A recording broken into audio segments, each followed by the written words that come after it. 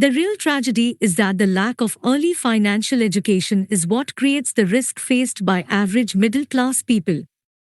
The reason they have to play it safe is because their financial positions are tenuous at best. Their balance sheets are not balanced. Instead, they are loaded with liabilities and have no real assets that generate income. Typically, their only source of income is their paycheck. Their livelihood becomes entirely dependent on their employer. So when genuine deals of a lifetime come along, these people can't take advantage of them because they are working so hard, are taxed to the max, and are loaded with debt. As I said at the start of this section, the most important rule is to know the difference between an asset and a liability. Once you understand the difference, concentrate your efforts on buying income-generating assets. That's the best way to get started on a path. Rich Dad Poor Dad. 67. To becoming rich. Keep doing that, and your asset column will grow. Keep liabilities and expenses down so more money is available to continue pouring into the asset column. Soon the asset base will be so deep that you can afford to look at more speculative investments that may have returns of 100% to infinity, $5,000 investments that are soon turned into $1 million or more, investments that the middle class calls too risky. The investment is not risky for the financially literate. If you do what the masses do, you get the following picture. Work for the company, salary. Work for the government, taxes. Assets. Balance sheet. Liabilities. Income. Expenses. Income statement. Work for the bank, mortgage. Chapter 2, Lesson 2. 68. As an employee who is also a homeowner, your working efforts are generally as follows. 1. You work for the company. Employees make their business owner or the shareholders rich, not themselves. Your efforts and success will help provide for the owner's success and retirement. 2. You work for the government. The government takes its share from your paycheck before you even see it. By working harder, you simply increase the amount of taxes taken by the government. Most people work from January to May just for the government. 3. You work for the bank. After taxes, your next largest expense is usually your mortgage and credit card debt. The problem with simply working harder is that each of these three levels takes a greater share of your increased efforts. You need to learn how to have your increased efforts benefit you and your family directly. Once you have decided to concentrate on minding your own business, focusing your efforts on acquiring assets instead of a bigger paycheck, how do you set your goals? Most people must keep their job and rely on their wages to fund their acquisition of assets. As their assets grow, how do they measure the extent of their success? When does someone know that they are rich, that they have wealth? As well as having my own definitions for assets and liabilities, I also have my own definition for wealth. Actually, I borrowed it from a man named R. Buckminster Fuller. Some call him a quack, and others call him a genius. Years ago he got architects buzzing because he applied for a patent for something called a geodesic dome. But in the application, Fuller also said something about wealth. Rich Dad Poor Dad. 69.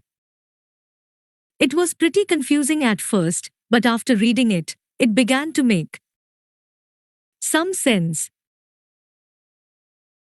Wealth is a person's ability to survive so many number of days forward, or, if I stopped working today, how long could I survive? Unlike net worth, the difference between your assets and liabilities, which is often filled with a person's expensive junk and opinions of what things are worth, this definition creates the possibility for developing a truly accurate measurement. I could now measure and know where I was in terms of my goal to become financially independent. Although net worth often includes non-cash producing assets, like stuff you bought that now sits in your garage, wealth measures how much money your money is making and, therefore, your financial survivability. Wealth is the measure of the cash flow from the asset column compared with the expense column. Let's use an example.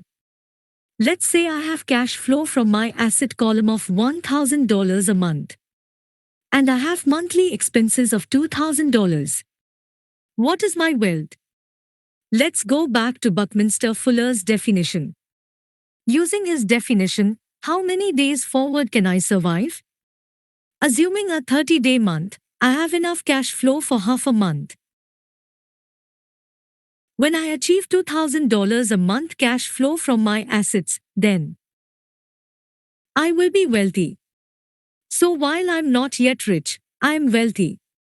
I now have income generated from assets each month that fully cover my monthly expenses. If I want to increase my expenses, I first must increase my cash flow to maintain this level of wealth. Also note that it is at this point that I am no longer dependent on my wages. I have focused on, and been successful in, building an asset column that has made me financially independent. If I quit my job today, I would be able to cover my monthly expenses with the cash flow from my assets. My next goal would be to have the excess cash flow from my assets reinvested into the asset column. The more money that goes into my asset column, the more my asset column grows. The more. Chapter 2, Lesson 2. 70. My assets grow, the more my cash flow grows. And as long as I keep my expenses less than the cash flow from these assets, I grow richer with more and more income from sources other than my physical labor. As this reinvestment process continues, I am well on my way to becoming rich. Just remember this simple observation. Times the rich buy assets. Times the poor only have expenses. Times the middle class buy liabilities they think are assets.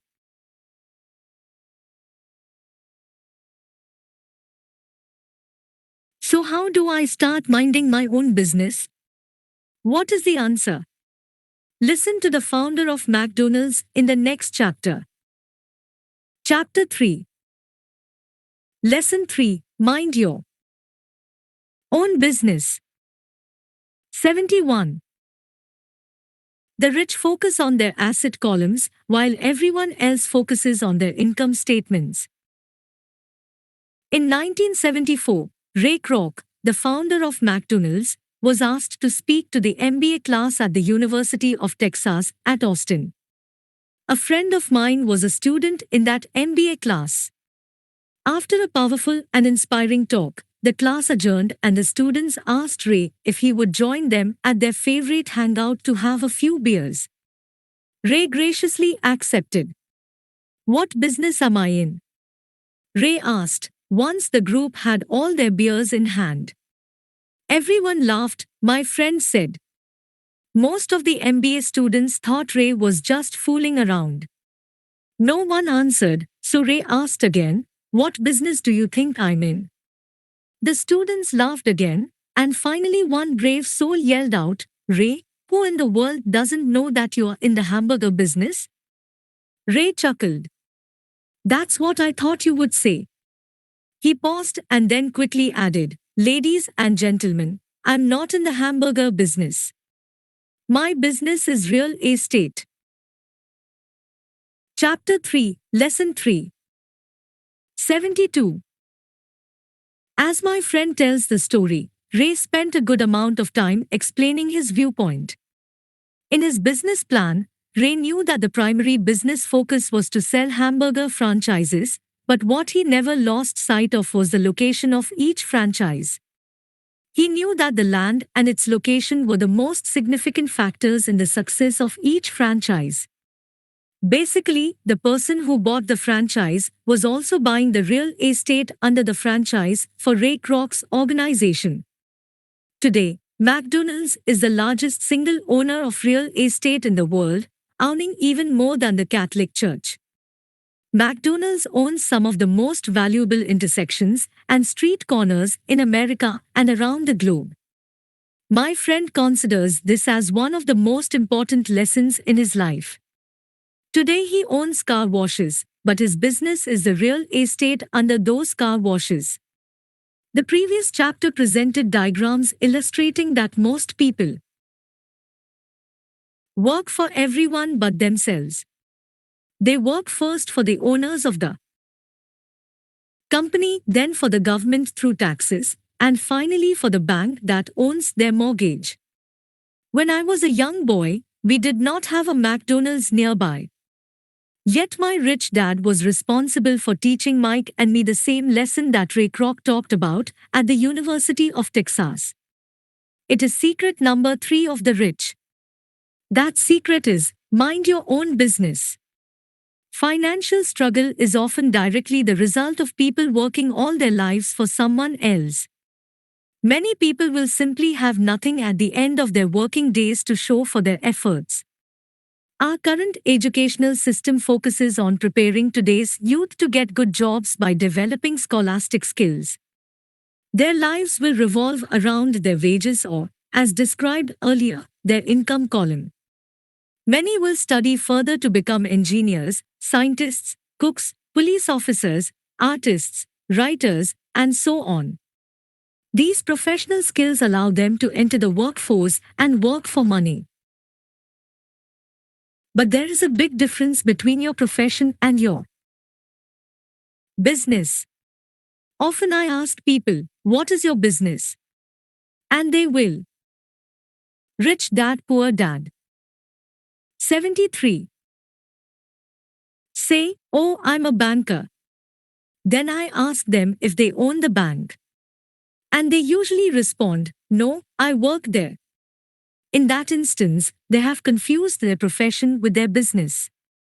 Their profession may be a banker, but they still need their own business. A problem with school is that you often become what you study.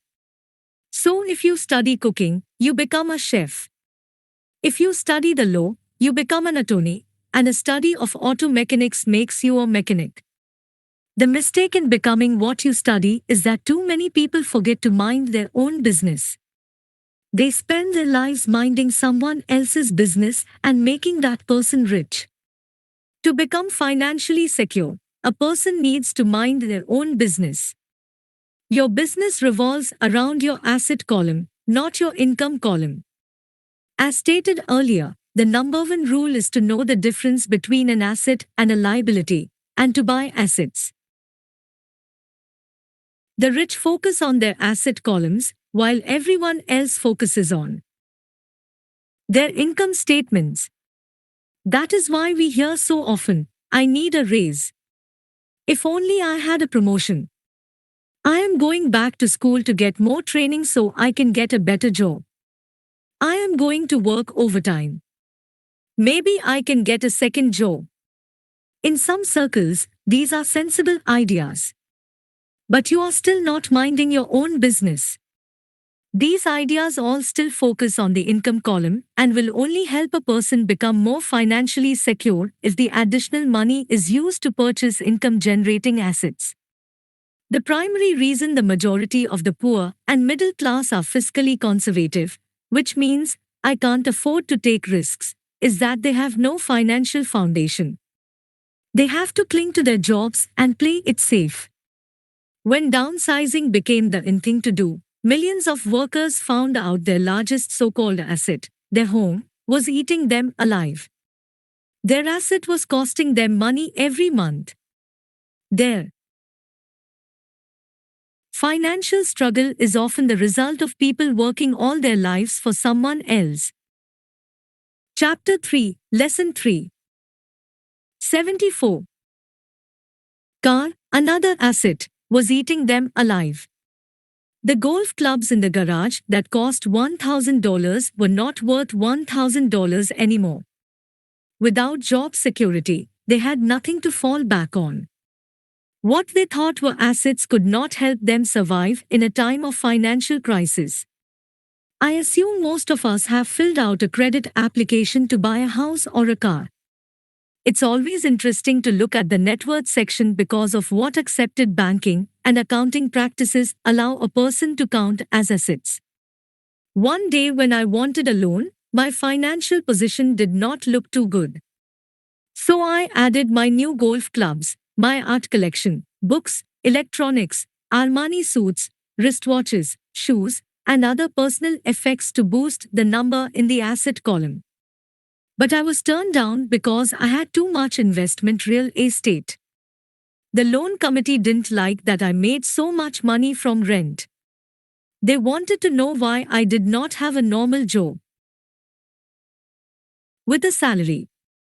They did not question the Armani suits, golf clubs, or art collection. Life is sometimes tough when you do not fit the standard profile. I cringe every time I hear someone say to me that their net worth is $1 million or $100,000 or whatever.